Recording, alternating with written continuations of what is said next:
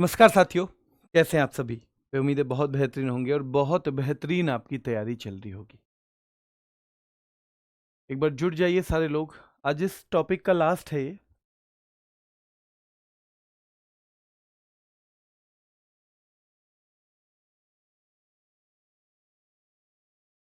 जो टॉपिक चल रहा है उसकी ये लास्ट क्लास है, ठीक है। तो इससे हम आगे बढ़ेंगे।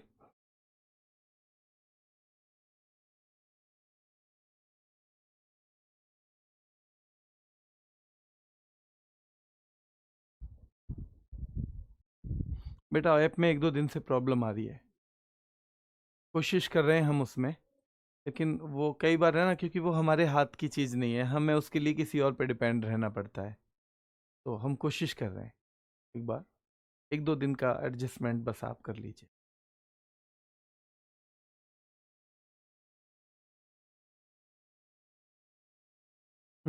और रीजनिंग की क्लास नहीं हुई होगी आज। क्योंकि एक सम्मान समारोह था हमारा, आरपीएफ में जो बच्चे सेलेक्ट हुए हैं वो मिलने आए हैं।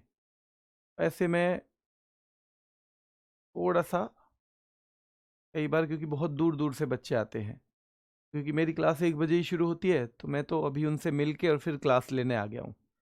पर जिनका सम्मान समारोह के बिल्कुल पीक टाइम पे होता है वो कई बार नहीं ले पाते। आप चिंता मत करो, एक आध दिन अगर कोई क्लास नहीं होती है ना, आप उसकी जगह आप अपना रिवीजन पे ध्यान दे दिया करो। और हर टीचर उतना जिम्मेदार है कि वो उसकी क्षतिपूर्ति कहीं ना कहीं आपको कर देगा, ठीक है। चलिए शुरू करते हैं। तो पर्यूषण हमने कहा था भैया, पर्यूषण जो महाराष्ट्र में भी चलता है, हाँ जी ये महाराष्ट्र में भी चलता है, ठीक है, तो महाराष्ट्र में भी चल देता है ये। क्या राजस्थान में भी चलता है पर्यूषण पर्व? हाँ जी यहाँ भी चलता है, गुजरात में भी। तो इस तरह का जो होता है ना, जो इतने राज्यों में हो, उसका कई बार राज्य ना पूछ के वो क्या पूछ लेगा, उसका क्या पूछ लेगा बेटा, उसका पूछ लेता है कि ये किस धर्म का है। तो ये holiest and most important annual Jain festival है। और सवाल ऐसे ही आता है, पर्यूषण पर्व किस धर्म से जुड़ा हुआ है, ये किस धर्म से एसोसिएटेड है, किस धर्म से कंसर्न करता है। बेटा ये जैन फेस्टिवल है सबसे पहले, और एनुअल है, यानी कि साल में एक बार होगा, साल में एक बार होगा, यहां ये ध्यान रखना है। अब जो जैन धर्म को मानने वाले हैं, ठीक है, वो क्या, यानी जैन धर्म के जो फॉलोअर्स हैं वो क्या क्या करते हैं इसमें, फास्टिंग करते हैं, प्रेयर करते हैं, यानी उपवास, प्रार्थना, मेडिटेशन यानी ध्यान भी करते हैं, सेल्फ रिफ्लेक्शन और बेटा आत्मचिंतन भी करते हैं। यहां से भी सवाल में पूछने की संभावना कम है। पहला सवाल पूछेगा कि किस धर्म से जुड़ा हुआ है, और दूसरा पूछेगा कौन से महीने में, तो भाद्रपद में। हिंदी कैलेंडर का जो भादों कह देते हैं, भादों जो लगभग लगभग अगस्त सितंबर में आता है, तो आपसे हिंदी का कैलेंडर पूछेगा कि भाद्रपद में मनाया जाता है। और जैन धर्म की जो 2 शाखाएं हैं, 2 ब्रांचेज हैं, उनमें एक है श्वेतांबर, वो 8 दिन मनाते हैं इसे, और बेटा दिगंबर इसको 10 दिन तक ऑब्जर्व करते हैं, 10 दिन तक सेलिब्रेट करते हैं, ठीक है। यहां से 3 चीजें कनेक्ट होंगी, यहां से 3 चीजें कनेक्ट होने वाली हैं। चलिए अभी देखिए वॉल्यूम ठीक है, अभी वॉल्यूम ठीक है क्या? तो आपसे पूछा जाएगा पर्यूषण किस धर्म का है, तो जैन धर्म का है, नहीं जैनिज्म से जुड़ा हुआ है, इनका होलीएस्ट और मोस्ट इंपॉर्टेंट फंक्शन है ये। और कौन से महीने में, तो भाद्रपद मंथ में। और याद रखना है कि इसे श्वेतांबर कितने दिन तक ऑब्जर्व करते हैं, 8 दिन तक करते हैं, और दिगंबर इसको 10 दिन तक ऑब्जर्व करते हैं। कितने दिन तक करते हैं? 10 दिन तक करते हैं, ठीक है। हाँ बेटा जीएस सुधा के अपडेशन पे काम चल रहा है, चल रहा है, चिंता मत करो, ठीक है। विशु, विशु के बारे में पूछा जाएगा तो क्या कहेंगे, new year and harvest festival of Kerala. मैंने कहा था कि जो भी नया साल है हमारे यहाँ, वो साथ में फसल उत्सव भी मिलता है, क्योंकि हम नया साल मनाते ही कब थे, जब फसल कटती है उसी टाइम, यानी जब हम आराम से 2 पैसे खर्च भी कर सकें, हमारे घर में जब आनंद हो, आनंद की बरसात हो रही हो। तो वो कब होता है, जब मैक्सिमम हम लोग कृषि से जुड़े हुए हैं, खेती से जुड़े हुए हैं, एग्रीकल्चर पर डिपेंड है हम लोग। तो इसीलिए आपके दिमाग में फिट हो जाना चाहिए कि जो नव वर्ष होगा ना इंडिया का, इंडिया वाला, किसी भी राज्य का अलग अलग, तो साथ में वो हार्वेस्ट फेस्टिवल भी होता है, हार्वेस्ट फेस्टिवल भी वो होता है बेटा, ठीक है। चलिए, अगर ये पूछ ले, नॉर्मली तो अप्रैल में होते हैं हमारे हिंदी, जो हिंदी कैलेंडर है, हमारा जो हिंदी कैलेंडर है चैत्र से शुरू होता है क्या? हाँ या ना में बता दो। जो चैत्र से शुरू होता है क्या? तो कैलेंडर जो है हमारा, जो हिंदी कैलेंडर है, तो मेदम, ध्यान रखना है ये मलयालम मंथ है मेदम, उसमें मनाया जाता है। विशु केरल का है, और नॉर्मली हमारे सारे नववर्ष अप्रैल में होते हैं, लेकिन अगर मलयालम महीने के हिसाब से देखें तो मेदम क्या हो जाएगा? मेदम हो जाएगा, ठीक है। चलिए, मेदम हो जाएगा, क्या हो जाएगा? मेदम मंथ में ये मनाया जाता है। और इसकी प्रमुख विशुकणी नाम की परंपरा, जिसमें शुभ दर्शन होते हैं। आतिशबाजी तो नॉर्मली किसी भी फेस्टिवल पे कर सकते हैं, यानी फायरवर्क्स तो हम कहीं भी भैया क्रैक कर सकते हैं, लेकिन खास ध्यान रखना है कि इसमें एक क्या होती है, एक परंपरा होती है, एक ट्रेडिशन होता है, एक रिचुअल होता है, जिसे हम बोलते हैं विशुकणी। तो विशुकणी जो है वो कहाँ पे होता है? अब आप विशु से पहचान नहीं जाओगे, अब आप विशु से नहीं पहचान जाओगे कि विशुकणी, बताओ। आपको इसे रटने की जरूरत नहीं है, क्योंकि विशु फेस्टिवल, विशुकणी, इसमें क्या हो जाएगा? परंपरा हो जाएगी, रिचुअल हो जाएगा। केरल का न्यू ईयर है। पुथांडु कहाँ का न्यू ईयर है? पुथांडु कहाँ का है? पुथांडु कहाँ का है? हाँ, केरल का, केरलम हो गया, वो मैंने कल आपको अपडेट कर दिया था, क्योंकि केरल ही चाहता था उसमें। आज आज तक बहुत सारे आपने ऐसे नाम भी बदलाव देखे होंगे जिनको सब नहीं चाहते, वो राज्य भी कई बार कहता है, पर ये केरल वाला जो है इसको राज्य खुद ही चाहता था। और असलियत में मलयालम में वो लोग हमेशा केरलम ही कहते आए हैं, उन्होंने कभी केरल कहा ही नहीं, वो हमेशा केरलम ही कहते आए हैं। तो इधर वाले लोग उनको जैसे कागजों में कहीं वो केरल कर दिया, है ना। आज़ादी के बाद चीज़ें कुछ कुछ हुई, ये आयोग आया, वो आयोग आया, उसका नाम केरल कर दिया, लेकिन वहाँ पे जो वहाँ के लोकल लोग हैं वो उसे हमेशा केरलम ही कहते आए हैं, ठीक है। चलिए, बहुत शानदार। पुथांडु पुथांडु पुथांडु कह रहे हैं जी, तमिलनाडु का नववर्ष है। बहुत बढ़िया भाई, बहुत बढ़िया बेटा। वर्कशीट की जगह आप लोगों की डिमांड आ रही थी ज़्यादा, तो हम लोग क्विज शुरू करने वाले हैं, सारे कॉमन। इस पर एक मीटिंग हुई परसों, जब मेरी क्लास हो गई थी उसके बाद, क्योंकि आप लोगों की उसमें डिमांड है, तो हम वर्कशीट की बजाय क्विज शुरू करने वाले हैं ऐप में ही, क्योंकि ऐप में सारी जगह वर्कशीट देना पॉसिबल भी नहीं है। और क्विज की बात क्योंकि हम लोगों ने कही थी बच्चों से, तो अब बच्चे उसको लेके भी बैठ जाते हैं कि जी आपने तो क्विज के लिए बोला था, तो वो वहीं आएगी बेटा, वहीं आएगी। वर्कशीट फिलहाल के लिए विद होल्ड रहेगी, क्योंकि 10 चीज़ें नहीं दे सकते, फिर आप उसी में लगे रहोगे। आपको और सब्जेक्ट भी तो पढ़ने हैं, केवल जीएस ही थोड़ी है, केवल स्टैटिक जी के ही थोड़ी है। तो इसलिए ये डिसाइड किया गया है कि हम अभी बस ये फाइनल कर रहे हैं आजकल में कि कितने क्वेश्चन देने हैं रोजाना, 10 देने हैं, 15 देने हैं, 20 देने हैं, कितने क्वेश्चन हम दे सकते हैं, और वो आपको आपकी ऐप में ही क्विज की फॉर्म में मिल जाएंगे, वहीं आप करेंगे, ठीक है। हाँ, चलिए, वहीं मिलेंगे, और बाकी मैं उस पर देता ही हूँ अलग से, तो इसलिए अभी वहाँ फोकस है। वो क्वेश्चन भी मैं अपनी तरफ से बना बना के उनको दूंगा, तो भी वर्कशीट फिलहाल नहीं है, वर्कशीट नहीं है बेटा अभी। मंजल कुली उसी की जगह, क्योंकि ज़्यादा डिमांड उसी की है, फिर हमने उसके लिए बोला भी था, इसलिए बच्चे उसके बिना नहीं मानेंगे। मंजल कुली केरल का है, अभी फिलहाल ये देखो, बाद में बात करेंगे इनके बारे में। तो मंजल कुली क्या है? देखो सिंपल, ये होली है केरल की, ये क्या है? लोकल वर्जन ऑफ होली है, यानी केरल में या केरलम में जो लोकल वर्जन ऑफ होली है, यानी वहां जो लोग होली मनाते हैं, तो इसे स्थानीय होली कहा जाता है, इसे लोकल वर्जन ऑफ होली कहा जाता है। मंजल कुली को क्या कहा जाता है? मंजल कुली को कहा जाता है, मंजल कुली को कहा जाता है बेटा। हाँ, तो मंजल कुली, और याद रखना है खास तौर पे कोंकणी पूछ लेता है। ये दो कम्युनिटी हैं, कोंकणी और कुडुम्बी समुदाय। तो कोंकणी और जो कुडुम्बी कम्युनिटी हैं, उनके द्वारा, किनके द्वारा? उनके द्वारा। अब ये ना देखो, आप हमेशा पढ़ते रहे हो, कोई PYQ पढ़ता रहा है, कोई प्रैक्टिस पढ़ता रहा है, पर ये नए तरह के सवाल आए हैं, तो इनमें आपको कॉन्फिडेंस तब आएगा जब आप कम से कम 2-3 बार इसका रिवीजन कर लोगे। यहाँ क्योंकि बाकी चीज़ें हमें हमने पढ़ रखी थी, तो हम उनको याद करने का प्रयास कर रहे थे।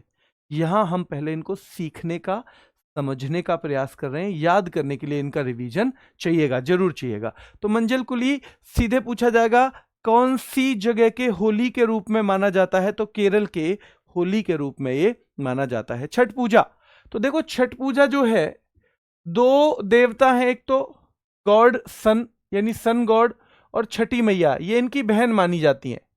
षष्ठी मैया या छठी मैया भगवान सूर्य की कौन मानी जाती हैं? बहन मानी जाती हैं, ठीक है। तो इसमें छठ पूजा में जो मेनली कहाँ का है, बिहार का है, तो इन्हीं की उपासना की जाती है बेटा, इन्हीं की वर्शिप की जाती है, सन गॉड और षष्ठी मैया की, ठीक है। कौन से महीने में होता है? कार्तिक मंथ में। कौन से महीने में? कार्तिक मंथ। कभी अक्टूबर पड़ेगा, कभी नवंबर। ये कितने दिनों तक मनाया जाता है, सेलिब्रेट किया जाता है? तो 4 डेज, यानी 4 दिन तक ये सेलिब्रेट किया जाता है, और कार्तिक मंथ में किया जाता है। किस में किया जाता है? कार्तिक मंथ में किया जाता है, ठीक है, कार्तिक मंथ में किया जाता है। ये जो है छठ मैया, तो छठ पूजा जो है कार्तिक मंथ में, कब तक? 4 दिनों तक, ठीक है। किसकी पूजा होती है? वैसे मेनली सूर्यदेव आता है ऑप्शन में, पर पूजा दोनों की होती है, सूर्यदेव और षष्ठी मैया की, ठीक है। और इसमें नदी में या तालाब में खड़े होकर उदय होते हुए, यानी जब राइजिंग सन और सेटिंग सन है ना, उन दोनों को जल अर्पित किया जाता है बेटा। क्या किया जाता है? जल अर्पित किया जाता है, ठीक है। क्या दिया जाता है? तो वाटर एंड ऑफर अर्घ्य, अर्घ्य बोलते हैं उसको। अर्घ्य मतलब जब हम ऐसे पानी को ऐसे करते हैं, ठीक है। तो कौन कौन भैया? एक तो है छठी मैया, एक है सूर्यदेव। होता किस में है कि जितने भी डिवोटी हैं, जितने भी डिवोटीज हैं बेटा, वो क्या करते हैं? वो नदी में खड़े हो जाएंगे, या तो किसी में यानी रिवर में, या किसी तालाब में खड़े हो जाएंगे, और वो ऑफर करते हैं क्या? अर्घ्य। अर्घ्य किस किस को? सेटिंग एंड राइजिंग सन को, यानी कि उगते हुए और अस्त होते हुए सूर्य को करते हैं। छठी मैया में ये होता है, ठीक है। और इसमें एक प्रसाद होता है, ये जरूर ध्यान रखना। ट्रेडिशनल प्रसाद ठेकुआ कौन से त्योहार की विशेषता है? तो कौन से त्योहार में चलता है ट्रेडिशनल प्रसाद ठेकुआ? ये चलता है किसमें? ये चलता है छठ पूजा में। ठेकुआ क्या है? एक प्रसाद है, प्रसाद है। व्रत भी करते हैं बिना पानी के, पानी भी नहीं पी सकते, व्रत भी करते हैं, पानी व्रत भी करते हैं, याद रखना है, ठीक है। चलिए, तो ये षष्ठी मैया, सूर्यदेव, छठी पूजा, बिहार, कार्तिक मंथ 4 दिन, ठीक है। उगता सूरज, अस्त होता सूरज, उसको अर्घ्य देना, ये सारी की सारी चीजें हमारे दिमाग में फिट रहनी चाहिए हमेशा के लिए।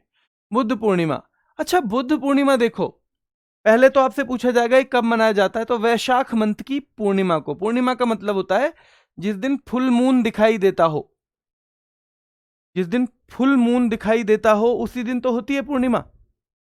तो वैशाख पूर्णिमा बेटा, और ये प्रमुख बौद्ध पर्व है। जब बुद्ध पूर्णिमा नाम ही है तो बौद्ध पर्व तो हो ही जाएगा, बौद्ध फेस्टिवल तो हो ही जाएगा ये, ठीक है। तो क्या है? बुद्धिस्ट फेस्टिवल है। और बेटा वैशाख पूर्णिमा को, यानी फुल मून ऑफ वैशाख, जो वैशाख मंथ है वो ज्यादातर आपको पता है अप्रैल या मई में ही पड़ता है।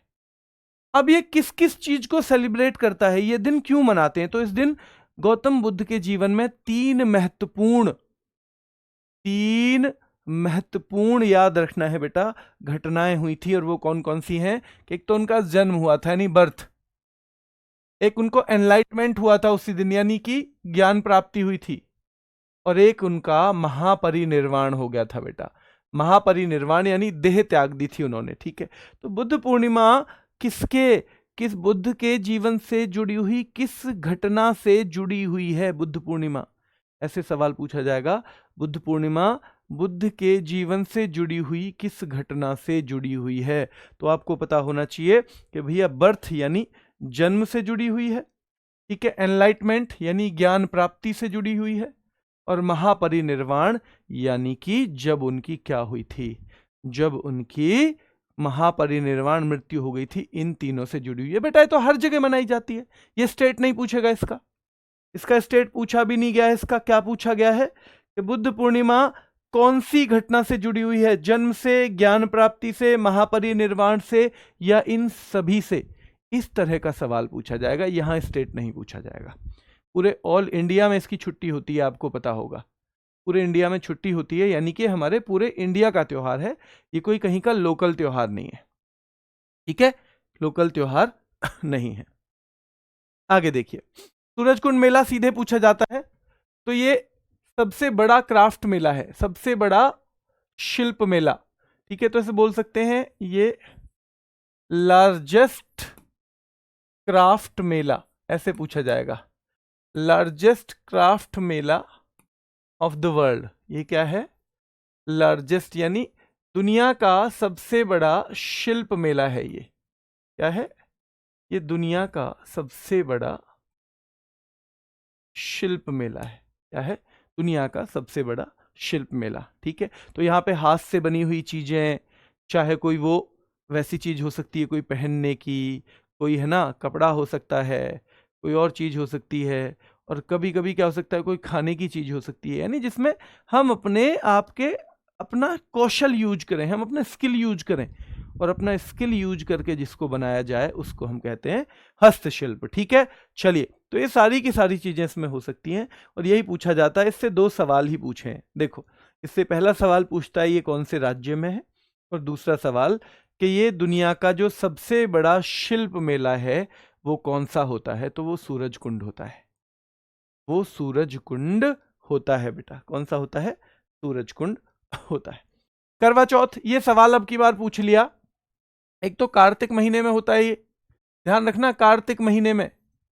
अच्छा भैया, कार्तिक में ही आपने वो भी बताई थी छठ पूजा, बताओ क्या छठ पूजा भी कार्तिक में ही बताई थी मैंने, क्या छठ पूजा भी कार्तिक में? ऐसे थोड़ा थोड़ा सा दिमाग में आपको फिट करना है ये।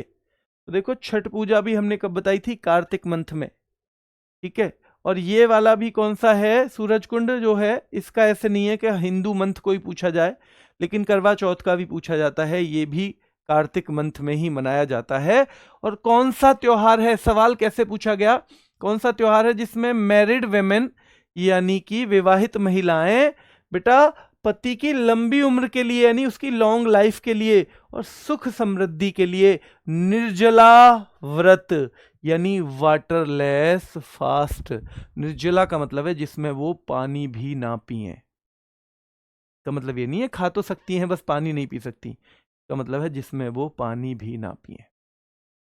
करवा चौथ का भी स्टेट नहीं पूछा, करवा चौथ का भी क्या पूछा गया एग्जाम में कि भैया कौन सा वो है व्रत इनमें से जिसको विवाहित महिलाएं करती हैं, वो अपनी पति की लंबी आयु और सुख समृद्धि के लिए करती हैं, यानी वो अपनी पति की लॉन्ग लाइफ और प्रॉस्पेरिटी के लिए इसे रखती हैं, और ये वाटरलेस है जिसमें पानी भी वो महिलाएं नहीं पीती हैं। तो सीधे सीधे ये सवाल का जवाब आया था करवा चौथ, करवा चौथ आया था बेटा, ठीक है। चलिए बेटा, ये है, ठीक है, वो ऑप्शन में नहीं होगा फिर तीज, अब मैंने क्योंकि सीधे सीधे सवाल तो नहीं रख सकते, तीज ऑप्शन में नहीं होगा बेटा, है ना, तीज ऑप्शन में नहीं होगा, और कुछ कुछ अंतर होगा इसमें, इसलिए तीज ऑप्शन में नहीं होगा। मुआत्सु मोंग, इसका क्या पूछा गया है बताओ, मुआत्सु मोंग का क्या पूछा गया कि मुआत्सु मोंग नागालैंड का है, तो मुआत्सु से ही आप समझ जाते हो, ये आपको खूब याद है कि भैया मुंह तो आंसू आ गए नाग देख के, हमने पढ़ा था या नहीं पढ़ा था बताओ। मुआत्सु मोंग, इसकी दो सवाल पूछे, इससे दो चीज के किसके द्वारा मनाया जाता है, तो आओ नागा ट्राइब के द्वारा, ये आओ नागा ट्राइब के द्वारा मनाया जाता है, किसके द्वारा, आओ नागा ट्राइब के द्वारा ये मनाया जाता है। और कौन सा त्योहार खेतों की सफाई और बीज बोने के बाद विश्राम व आनंद के लिए, तो क्योंकि खेतों की सफाई होती है, उनको फिर बीज बो देते हैं, तो उसमें आदमी थक जाता है, तो कड़ी मेहनत होती है, उसमें आदमी थक जाता है, तो उस थकान के बाद, बीज बोने के बाद विश्राम के लिए बेटा, विश्राम के लिए यानी थोड़ा सा रिलैक्सेशन के लिए और आनंद के लिए जो त्योहार होता है वो होता है मुआत्सु मोंग, और वो कहाँ का है, नागालैंड का है। आओ नागा जनजाति, मुआत्सु मोंग, आओ नागा जनजाति, ये दो तीन चीजें आपके दिमाग में होनी चाहिए, ये दो तीन चीजें आपके दिमाग में होनी चाहिए, ठीक है। चलिए, हाँ, हेमिस मठ में, हेमिस जो है लद्दाख का है, हेमिस, और सीधे सवाल बस इसका एक ही कनेक्ट होता है कि कौन सा त्योहार लद्दाख का जो गुरु पदम संभव की जयंती यानी कि बर्थ एनिवर्सरी के तौर पे मनाया जाता है। सवाल यहां से बस यही बन सकता है कि हेमिस कहाँ का है? लद्दाख का है। और लद्दाख में कौन सा पर्व, कौन सा फेस्टिवल ये जो है भैया गुरु पदम संभव की जयंती यानी बर्थ एनिवर्सरी ऑफ गुरु पदम संभव की लिए मनाया जाता है, उनकी याद में मनाया जाता है। तो ये सवाल यहां से सीधे सीधे आएगा। हाँ बिल्कुल सही कह रहे हैं तिवारी जी आप, कि शिव और पार्वती जी की पूजा भी होती है, यहाँ करवा चौथ में नहीं होती। हाँ, तो पूरा सवाल जो है वो आपको उस तरह से देगा कि आप क्लियर कर पाए। पूरा सवाल उस तरह से देगा। उसमें मैंने वो सवाल भी देखा था जिसमें पूछा गया है, उसमें वो क्लियर था कि यहाँ से करवा चौथ ही आ सकता है। पर क्योंकि हम क्वेश्चन सीधे सीधे आजकल एसएससी के नहीं कराते हैं, वो थोड़ा गड़बड़ कर रही है एसएससी, ठीक है, इसलिए हम उससे संबंधित चीजें आपको करा रहे हैं। आइए, पोंगल ये हम पहले भी पढ़ चुके हैं ना, ये भी भगवान सूर्य से ही संबंधित है, ये भी भगवान सूर्य। मकर संक्रांति के आसपास जनवरी में, हाँ जी जनवरी में ही होता है। 4 दिवस का होता है, हाँ 4 डे हार्वेस्ट फेस्टिवल है, 4 डे हार्वेस्ट फेस्टिवल है बेटा, याद रखना है पोंगल। और ये भोगी पोंगल इसका हिस्सा है, हाँ जी भोगी पोंगल हिस्सा है। भोगी पोंगल कौन से, यानी पहला, ये पहला दिन है। भोगी पोंगल कौन सा है? पहला दिन। तो आपसे पूछेगा पोंगल का फर्स्ट डे कौन सा होता है, तो वो भोगी पोंगल होता है। और ये किसको समर्पित है? तो लॉर्ड इंद्र को ये समर्पित है। किसको समर्पित है? लॉर्ड इंद्र को ये समर्पित है, ठीक है। चलिए, तो भोगी पोंगल जो है लॉर्ड इंद्र को समर्पित है, ठीक है, तो समर्पित है लॉर्ड इंद्र को, ये सीधे सीधे पूछा जाएगा। दूसरा सूर्य पोंगल, इसी को हम थाई पोंगल भी कह देते हैं, थाई पोंगल। सूर्य नाम से वैसे ज्यादा पूछा जाता है, पर कहीं कहीं थाई पोंगल नाम से भी इससे पूछा गया है। तो दूसरा सूर्य पोंगल है, और ये मोस्ट इंपोर्टेंट डे है। ये दूसरा जो दिन है पोंगल का, इट इज मोस्ट इंपोर्टेंट, इन चारों में सबसे महत्वपूर्ण है, ये सबसे महत्वपूर्ण है। क्योंकि पोंगल को माना ही किसको जाता है भैया? माना ही किससे संबंधित जाता है? सूर्य देव को। तो अब ये दूसरा दिन सूर्य देव का ही है, तो सीधे सीधे अपने आप ही हो जाएगा कि भैया जब दूसरा दिन सूर्य देव का है तो यही मोस्ट इंपोर्टेंट हो जाएगा, यही मोस्ट इंपोर्टेंट हो जाएगा, ठीक है। तो सूर्य पोंगल है, पहला थाई पोंगल है। तीसरा मट्टू पोंगल है, ये तीसरा दिन है बेटा, थर्ड डे, तीसरा दिन मट्टू पोंगल है। और इस दिन जल्ली कट्टू होता है, जल्ली कट्टू। वैसे पूजा होती है मेनली मवेशियों की, गाय बैल जैसे मवेशी हैं जो हमारी किसमें सहायता करते हैं? फार्मिंग में। यानी जो कैटल हैं सॉरी, जो हमारी मदद करते हैं फार्मिंग में, है ना। कैटल्स तो गलत होता है ना, अगर मैं लिखूं कैटल्स तो वो तो गलत हो जाएगा ना पेपर के हिसाब से, कैटल्स गलत है, क्योंकि कैटल अपने आप में ही क्या है? ये एक प्लूरल है, ठीक है। तो ऐसे ही भाई कैटल जो हैं वो वर्शिप किए जाते हैं किसमें? मट्टू पोंगल में। और बेटा याद रखना है क्यों किए जाते हैं, क्योंकि उनकी बहुत महत्वपूर्ण भूमिका है, इंपॉर्टेंट रोल वो प्ले करते हैं। इसमें प्ले करते हैं, इसमें, ठीक है। चलिए, इसमें खेती में। और चौथा है कन्नुम पोंगल। चौथा कौन सा है? कन्नुम पोंगल है। क्या है? चौथा है कन्नुम पोंगल, ठीक है। तो कन्नुम पोंगल हो जाएगा जिसमें लोग पारिवारिक मिलन करते हैं, यानी अपने परिवार वालों से मिलते हैं, अपने परिवार वालों से मिलते हैं, ठीक है, ध्यान रखना है। एक बच्चा पूछ रहा है एडिक्विटी हट रही है क्या? बेटा अभी तो नहीं कह सकते हट रही है नहीं, पर इस बारे में अंकित सर ने कल एक वीडियो बनाई थी, आप देख लेना, ठीक है, देख लेना एक बार। तो ये सारे के सारे थोड़े मुश्किल पड़ने वाले हैं आज के आपको, ये एक बार में नहीं होंगे। इनको आसान करने के लिए क्या करना है? इनको आपको आसान करने के लिए मल्टीपल रिवीजन देने हैं। अब इसका रिवीजन का तरीका मैं आपको बता देता हूं क्या करना है। अगले 15 दिन तक रोज केवल 10 मिनट इसकी पीडीएफ पढ़नी है, ये लास्ट की जो 2 क्लास है। अगले 10 दिन तक, सॉरी 15 दिन तक 10 मिनट पीडीएफ, जितना भी पढ़ पाओ, जितना भी पढ़ पाओ, ठीक है। तो रबी फसल की कटाई का प्रमुख पर्व होता है बेटा बैसाखी।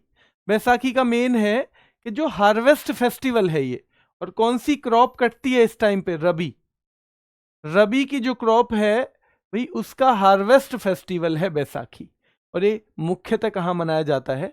पंजाब में मनाया जाता है। कब मनाया जाता है? तो 13 अप्रैल को मनाया जाता है, हाँ जी।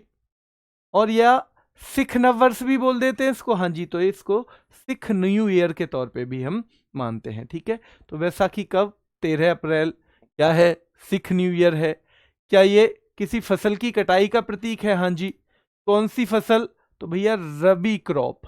रबी क्रॉप, मैंने बताया ही था कि जो भी नववर्ष हैं भारत वाले, वो कहीं ना कहीं फसल से भी जुड़े हुए हैं, वो किसी न किसी फसल से भी जुड़े हुए हैं, किसी न किसी फसल से भी जुड़े हुए हैं, ठीक है। चलिए, क्लास के अलावा बेटा 10-15 मिनट तो स्टैटिक जीके को दे ही दो, उतना ही मांगता हूं मैं, तो ज्यादा आपसे मांगता नहीं हूं। क्लास से लग 10-15 मिनट तो आपको रिवीजन करना है। एक बच्चा पूछ रहा है कितना टाइम दे दें, ठीक है। ये वाली क्लास सर नवीन सर ने नहीं करवा रखी है बेटा, ये वो उस पर आधारित है जहां से अभी रिसेंटली सवाल बन रहे हैं ना, तो क्योंकि रिसेंट वाले सवाल बन रहे हैं तो सर ने उसके बाद कोई क्लास करवाई नहीं थी, इसलिए अगर अगर अभी भी सर करवा रहे होते, पढ़ा रहे होते, तो इन चीजों को वो करा रहे होते, बिल्कुल ठीक है। चलिए, तो रबी फसल की कटाई का प्रमुख पर्व बैसाखी। ये थोड़ी सी बोरिंग क्लास है आज की, मेरे लिए भी आपके लिए भी, पर ये जरूरी है तो इसे थोड़ा सा कर लेना। ये अलग अलग एग्जाम में जो आया है उसका क्रक्स एक तरह से मैं बता रहा हूं, एक तरह से क्रक्स। तो ये कब मनाया जाता है बैसाखी? 13 अप्रैल को। ये सिख न्यू ईयर का प्रतीक है, हाँ जी। और ये दो चीज को भी, इसके अलावा ये किसको? वही खालसा पंथ की स्थापना हुई थी 1699 में। इसके अलावा खालसा पंथ की जो स्थापना हुई थी 1699 में, ये उसको भी रिप्रेजेंट करता है। ये उसकी याद में भी मनाया जाता है, खालसा पंथ की याद में भी। और ये सिख न्यू ईयर है, 13 अप्रैल को मनाया जाता है। फसल उत्सव भी है। तो ये 3-4 फैक्ट आपको बैसाखी से संबंधित याद होने चाहिए। 3-4 आपको बैसाखी से संबंधित याद रखना है, होने चाहिए, ठीक है।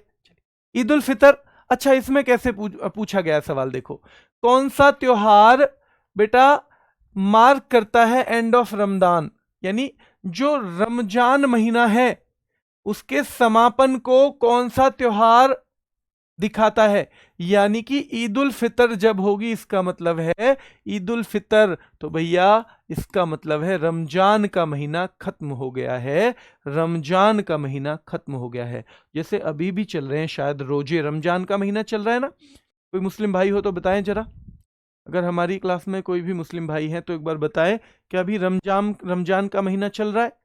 और जब ये रमजान का महीना खत्म होगा तो भैया सीधे सीधे फिर एक त्योहार मनाया जाएगा जिसको कहेंगे ईद उल फितर।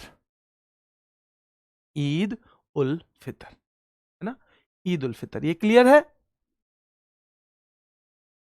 हाँ भाई, लास्ट है बेटा, ये लास्ट है, चिंता मत करो। ईद उल फितर चल रहे हैं, ठीक है। थैंक यू राशिद भाई, थैंक यू। चांद दिखने के बाद शव्वाल महीने के पहले दिन मनाया जाता है। चांद दिखने के बाद, देखो भाई थोड़ा सा इस, जब भी हम कोई क्रिश्चियन त्योहार लेके आए या मुस्लिम वो लेके आए त्योहार, तो हमें थोड़ा सा आइडिया दे देना, कुछ हम गलत तो नहीं पढ़ा रहे हैं, क्योंकि हमें बहुत डीप नॉलेज उनकी नहीं है, हमने किताबों से ही सीखा है। पर कई बार किताबों में भी चीज़ें गलत हो जाती हैं, है ना, बहुत डीप नॉलेज है नहीं, तो इसलिए थोड़ा सा आपको आइडिया देना है ना। तो रमजान महीने के यही सवाल पूछा गया, कौन सा त्योहार है उसका प्रतीक, तो ये ईद उल फितर है, ठीक है। और चांद दिखने के बाद शव्वाल महीने के पहले दिन ये मनाया जाता है। और इस दिन खास तौर पे जो मुसलमान भाई हैं क्या करते हैं? विशेष नमाज, मतलब अलग तरह की ईद की नमाज करते हैं, दान करते हैं, जकात उल फितर बोल देते हैं, और दावतें होती हैं इस दिन। तो ये सारी की सारी चीजें होती हैं। रोजे क्या होते हैं भैया? रोजे जैसे आप व्रत करते हो ना, उसी तरह से रोजे जो है शायद उसी टाइप का कुछ है ना, उसी टाइप का है रोजे। लेकिन इसमें थोड़ा सा मैं किसी स्टूडेंट से बात करके तो थोड़ा डीप सीखने की कोशिश करूंगा। पहली बार मुझे ज़रूरत महसूस हो रही है कि हमको पता होना चाहिए सारी चीज़ों के बारे में, ठीक है। चलिए आगे आइए। चैत्र पर्व, इसके बारे में क्या पूछा गया? चैत्र पर्व के बारे में यही पूछा गया कि ये कहाँ का है, ये सवाल पूछा गया बेटा। और क्योंकि चैत्र पर्व नाम में ही है तो महीना कौन सा होगा? चैत्र। भैया जब चैत्र पर्व इसके नाम में ही है तो महीना कौन सा हो जाएगा? चैत्र, ठीक है। फसल और प्रकृति के सम्मान में मनाया जाता है। और ये दूसरा पॉइंट पूछा था, दूसरा पॉइंट ये पूछा था कि कौन से त्योहार के दौरान धेमसा लोक नृत्य, ये धिमसा नहीं है, धेमसा, और ढोल प्रदर्शन प्रमुख आकर्षण होते हैं। यानी धेमसा फोक डांस और ड्रम परफॉर्मेंस जो है की हाईलाइट होती हैं कौन से फेस्टिवल के दौरान? तो इसमें आया था चैत्र पर्व। चैत्र पर्व बेटा ध्यान रखना है, ठीक है। हाँ, जकात पैसा दिया जाता है गरीब लोगों को सर। हाँ बेटा ठीक है ठीक है। हाँ, जकात जो है ये दान एक तरह से बोल सकते हैं ना, ये जो जकातुल फितर, यानी कि जो आपके पास आपने पैसा इस तरह का इकट्ठा किया हुआ है कि किसी की भलाई में देने के लिए, वो पैसा दिया जाता है गरीब लोगों को। क्लियर। उड़ीसा का जनजातीय समुदायों का प्रमुख वसंत और नववर्ष उत्सव है ये चैत्र पर्व। उड़ीसा के जनजातीय समुदाय यानी कि ट्राइबल लोग मनाते हैं इसको, चैत्र पर्व को चैत्र महीने में ही मनाते हैं। और इस त्योहार के दौरान ये पॉइंट पूछा हुआ है कि धेमसा लोक नृत्य और ड्रम जो है वो की हाईलाइट है, यानी ड्रम जो बजाया जाता है और धेमसा फोक डांस इसके की हाईलाइट है, ठीक है, की हाईलाइट है। चलिए, बेदी खलम मेघालय का है। बेदी खलम कहां का है? मेघालय का। बेदी कलम मेघालय का है, याद रखना। और इसको मैं ऐसे कनेक्ट करता हूं कि बेदी कलम वाला आदमी, उसकी जय जयकार हो जाती है, जय जयकार। तो बेदी कलम जैंतिया ट्राइब का है बेटा, ठीक है। और अच्छी फसल और रोग बुराइयों को दूर करने की कामना से, यानी ये सेलिब्रेट किया जाता है to pray for good harvest and ward off diseases या इविल, यानी कि बीमारियां हमसे दूर रहें, बुराइयां हमसे दूर रहें। और एक इसमें यह भी आ जाता है कि हैजा का जो डीमन है उसे भगाने के लिए, जो हैजा हो जाता है ना उसके डीमन, तो हैजा ही नहीं, केवल कोई भी रोग हो, कोई भी बुराई हो, उसको दूर भगाने की कामना से ये बेहदी खलम मनाया जाता है, ये बेहदी कलम मनाया जाता है, ठीक है। चलिए, ये बेहदी कलम तो जैंतिया जनजाति का ये प्रमुख धार्मिक और कृषि उत्सव है। अच्छी फसल और रोग बुराइयों को दूर करने की कामना से मनाया जाता है। अच्छे, तो भैया अच्छी फसल और रोग जो हैं और बुराइयां हैं उनको दूर करने की कामना से, तो ये 4 फैक्ट में से ही सवाल पूछा गया है, इन 4 फैक्ट से ही सवाल पूछा गया है बेहदी खलम का।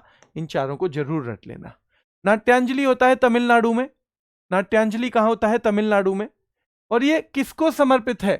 तो ध्यान रखना है, नाट्यांजलि एक तमिलनाडु में चिदम्बरम मंदिर है। क्या है ये? चिदम्बरम टेम्पल।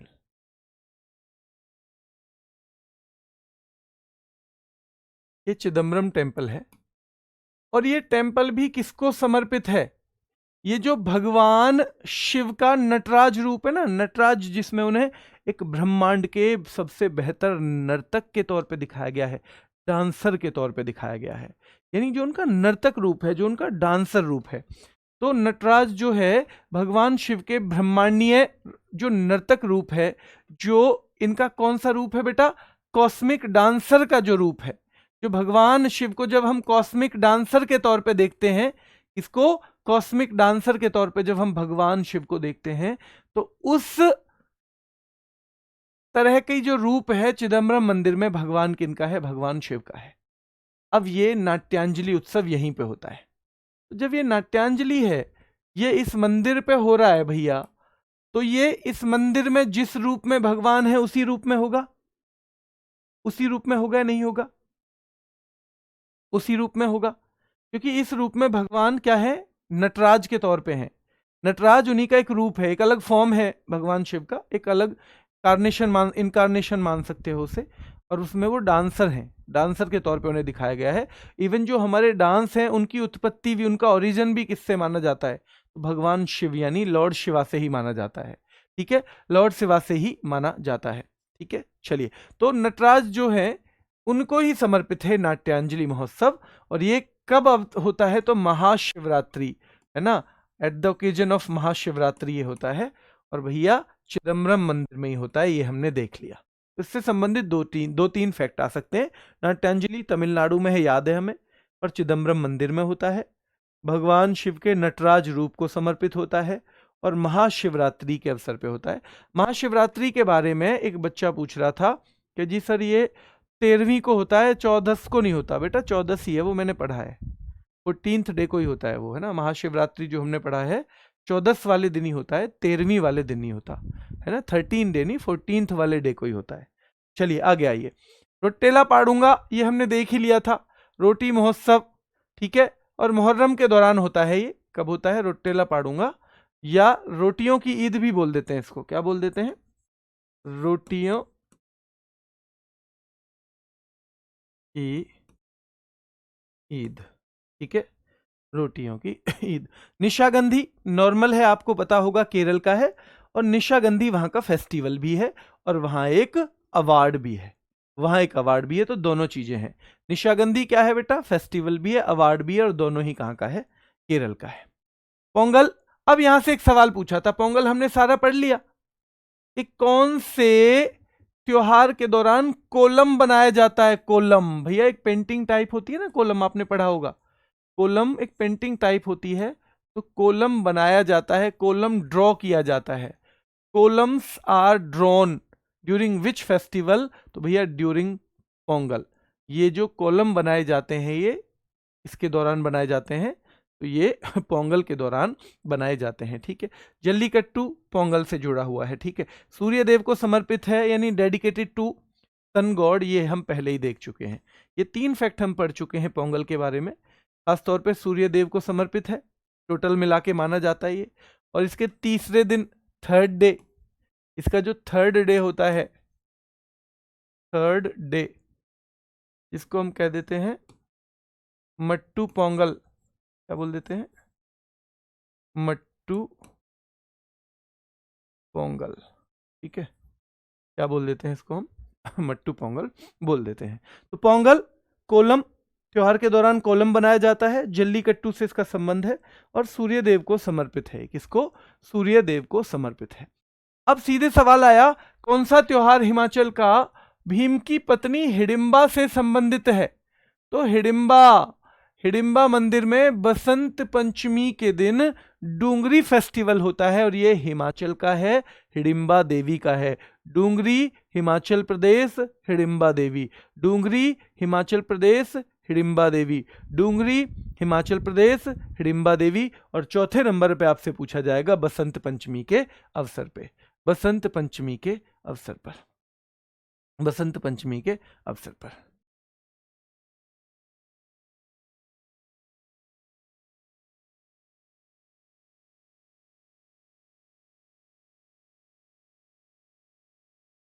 हाँ, चैत्र मंथ में भी मनाया जाता है ना बेटा, चैत्र में भी। ठीक है, ये लेकिन जो एग्जाम वगैरह में आता है ना, यहीं से पूछा जाता है, यहीं से पूछा जाता है, कार्तिक मंथ वाला ही, इसलिए आप उसी पे फोकस करो।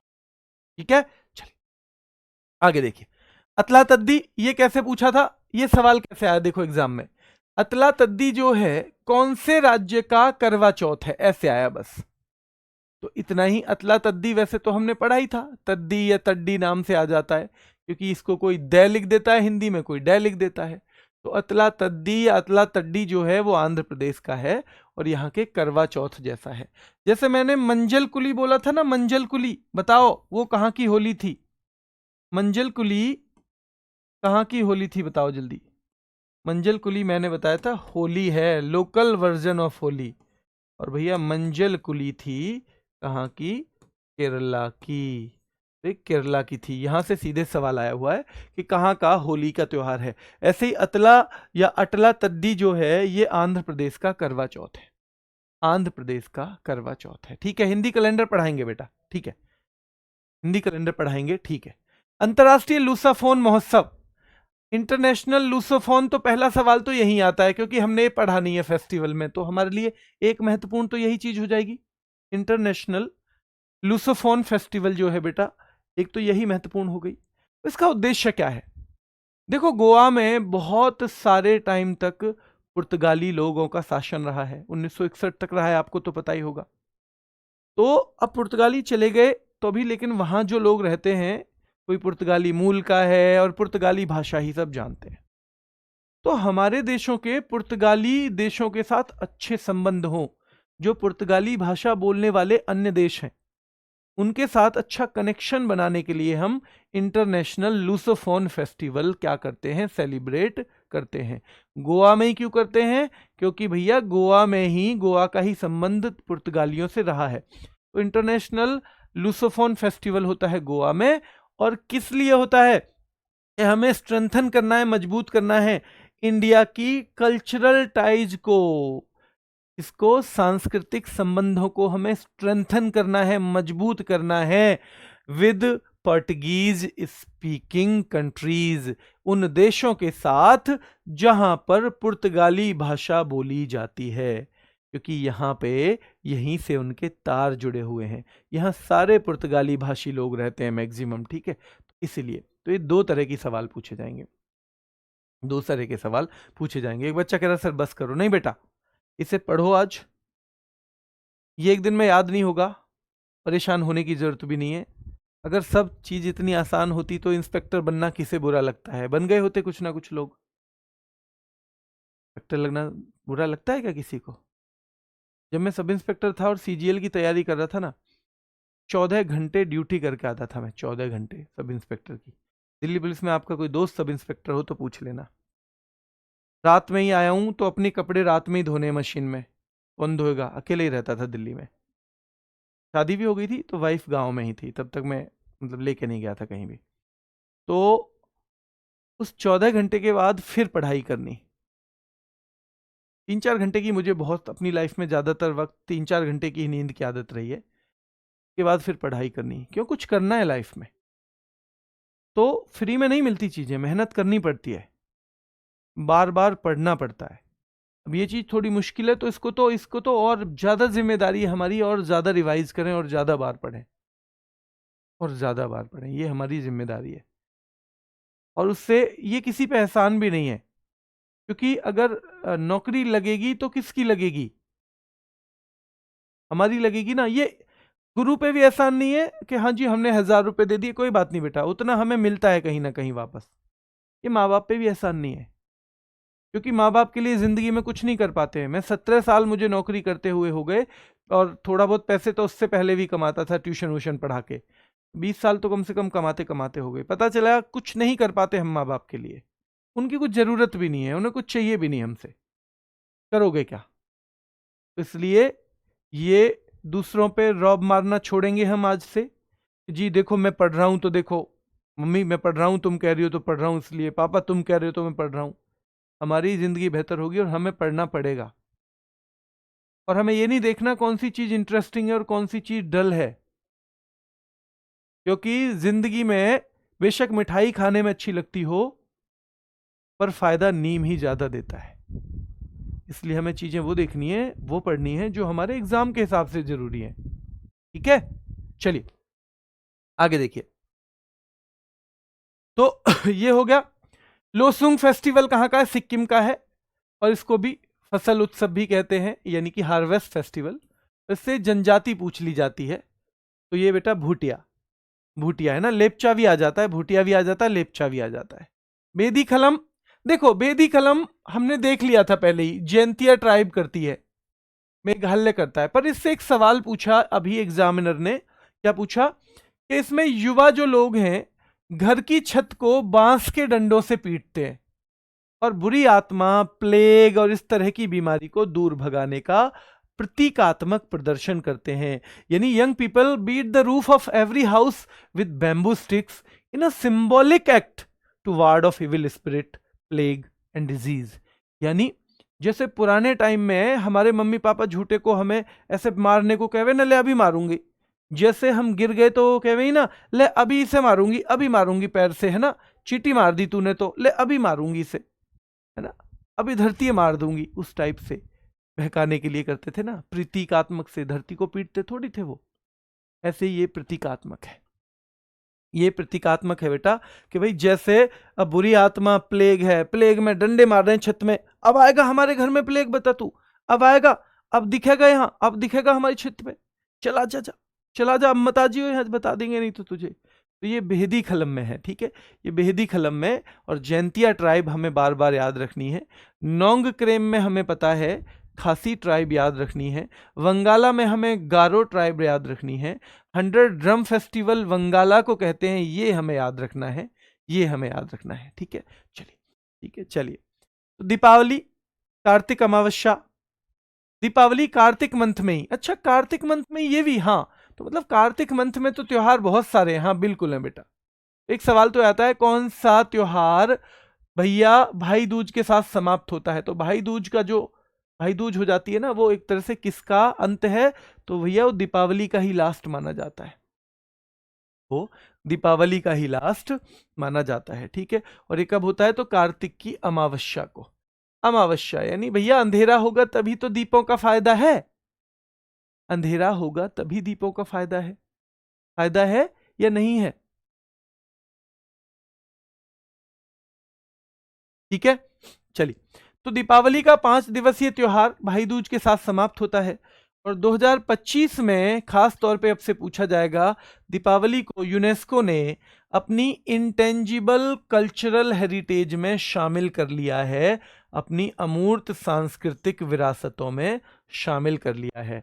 भारत के कुल मिला के 16 चीजें भारत की ऐसी हैं जो यूनेस्को ने इंटेंजिबल कल्चरल हेरिटेज में शामिल कर ली थी। ठीक है, पहली बार 2008 में, पहली बार 2008 में, क्या आपको पता है, भारत की 3 चीज इसमें शामिल हुई थी, है ना? वैदिक मंत्रोच्चार, वैदिक चैंटिंग ऑफ मंत्र जो होती है ना, वो। ठीक है, और उसके साथ 2 चीजें और हुई थी। तो सबसे पहली बार 2008 में हमारी कोई चीज अमूर्त सांस्कृतिक विरासतों की सूची में, इंटेंजिबल कल्चरल हेरिटेज की लिस्ट में शामिल हुई थी 2008 में, और तब से लगातार कोई ना कोई शामिल हो रहा है। जैसे 2021 में पूछा जाएगा दुर्गा पूजा कर देना, 2021 में क्या करोगे? दुर्गा पूजा। और 2022 करोगे तो 22 में कुछ नहीं, 23 करोगे तो गरबा, 23 करोगे तो गरबा, 23 करोगे तो गरबा। नहीं बेटा, भाई दूज नहीं आता है, भाई दूज नहीं आता है, गोवर्धन आता है वो। भाई दूज तो होली के साथ भी आता है, होली के साथ नहीं आता। भाई दूज असलियत में दीपावली के साथ ही आता है। ठीक है, दीपावली के साथ।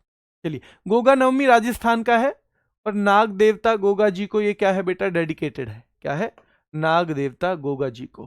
कौन सा दिवस? अभी आया था सवाल, क्या इनमें से कौन सा एक शोक का दिन है? A day of morning.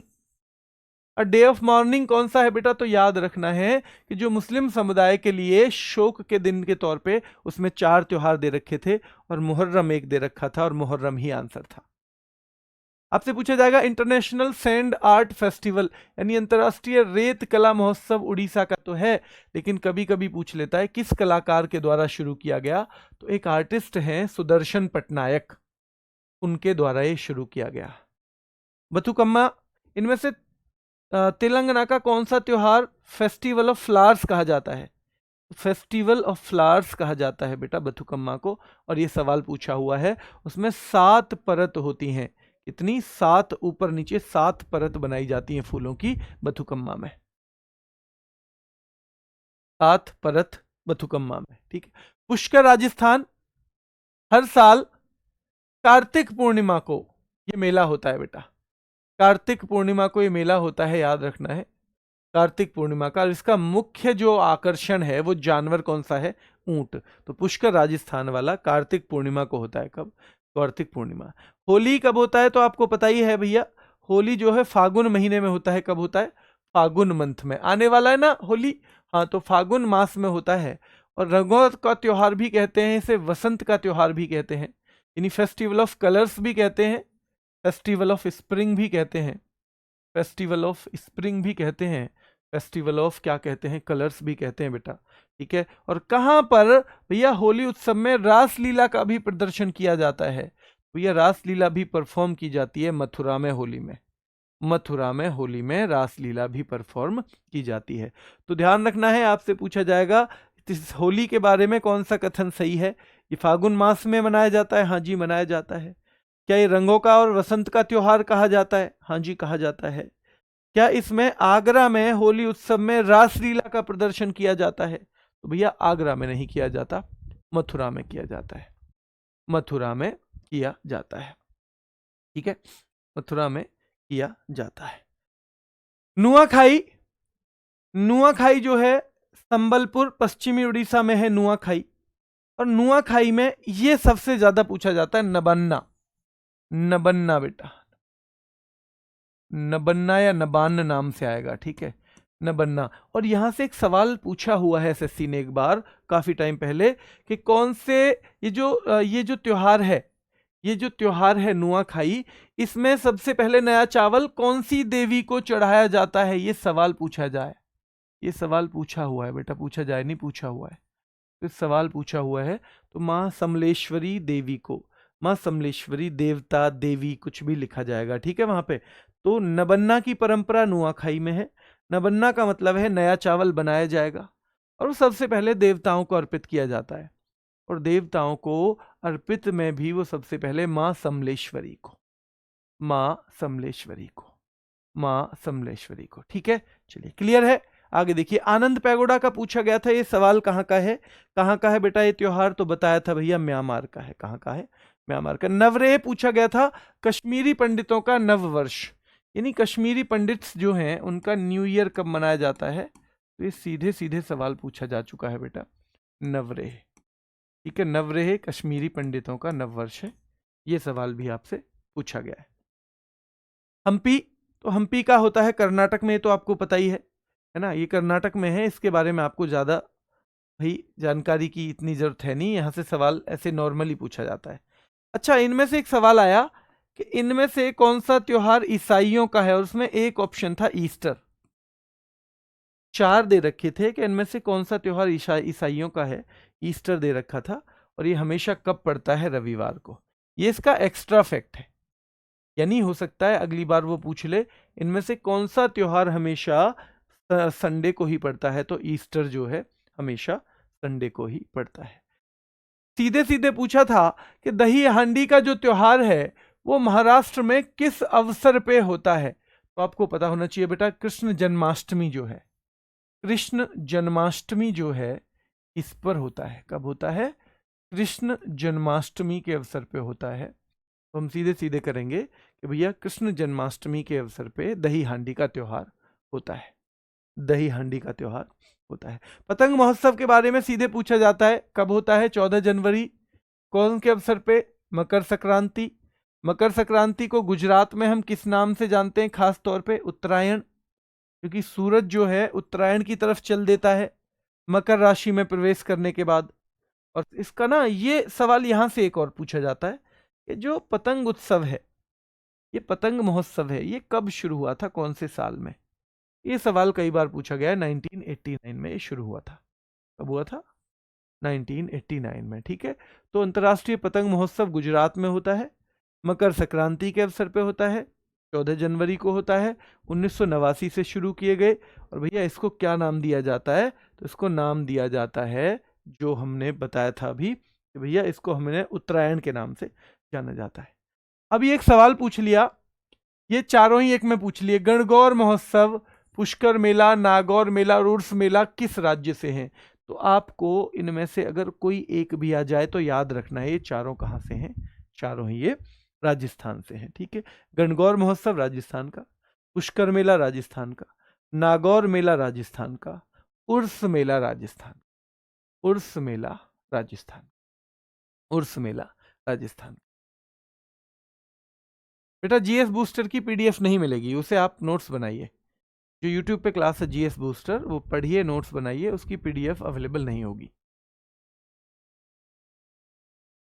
तो ये और है बेटा, ये 2 और आपके लिए मैं बता दे रहा हूं कि पुरी का जो फेस्टिवल है इससे जुड़ा हुआ है भगवान जगन्नाथ से।